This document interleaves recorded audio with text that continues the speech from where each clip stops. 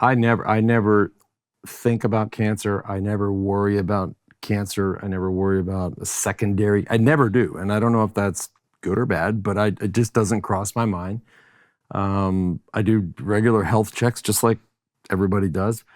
But I did get, this was the weirdest thing. I mean, not the weirdest, but this was the closest I've been to being like, oh, I got my first colonoscopy like 3 weeks ago.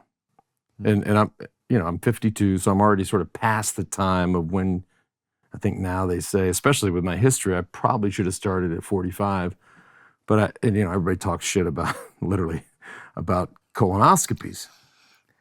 Very good reason. And I was like, outside of the prep, which is the worst part, I'm like, God, I was a little nervous about it, but it went fine. It went great. It totally clear. Nervous about them finding something, or nervous about liking a thing up your ass? As you know, that part you don't even know is going on. I mean, I got the what do you call it? But here's the thing: like everything in medicine, there is not a uniformity in the idea that is the best way to. I agree. There's a lot of data out there, or a lot of research out there. I mean, look at you're talking about whether or not colonoscopies are effective, or whether they're effective, but maybe there's a way that's less invasive. Right. I mean, once in a while, they say it's better because, like, if they see a polyp or something, they clip it, and then it doesn't. Okay. But compare us to Europeans, right? So Americans and Western Europeans are largely similar. Right. What is the percentage of Western Europeans that get colonoscopies at the age of 50? Very low. Right. So there is another view and another approach to this.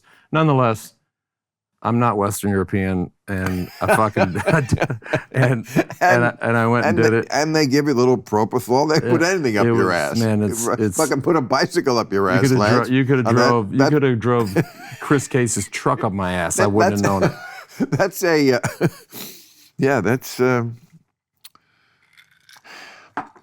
something I think I'm not going to do anymore, but I might. But no, because some of these things. First of all, I do think we overtest in this country.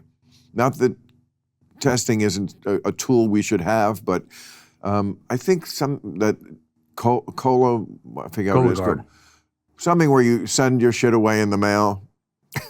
I was telling William Shatner, I said, once in a while they should put a diamond in there, just so that people who open shit all day are like, it just could happen. Yeah, anything.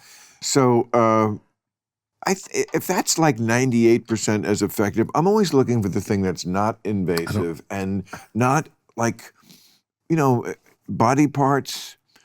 They're kind of like only good in the original. Packaging. Right. They do transplants, and it's an issue obviously with trans. We have some of these things are irreversible and they're very severe. And the issue I keep raising that no one else seems to be interested in is that they, of course, have very, very serious health repercussions, as any surgery does, even minor surgery. You're only made of flesh and blood, and little tears cause bigger problems, and you know what I mean? It's all holistic. The downstream stuff. I'm sure I know you're crazy knowledgeable about health. Well, I don't want to oversell it, but no, but don't you agree with I'm not a doctor. That the body does work holistically, like anything anywhere affects everything everywhere? I would, yes. But that's not how Western medicine approaches us. They approach us, specialists. I deal with the kidneys, as if they're not connected to everything else. Yeah.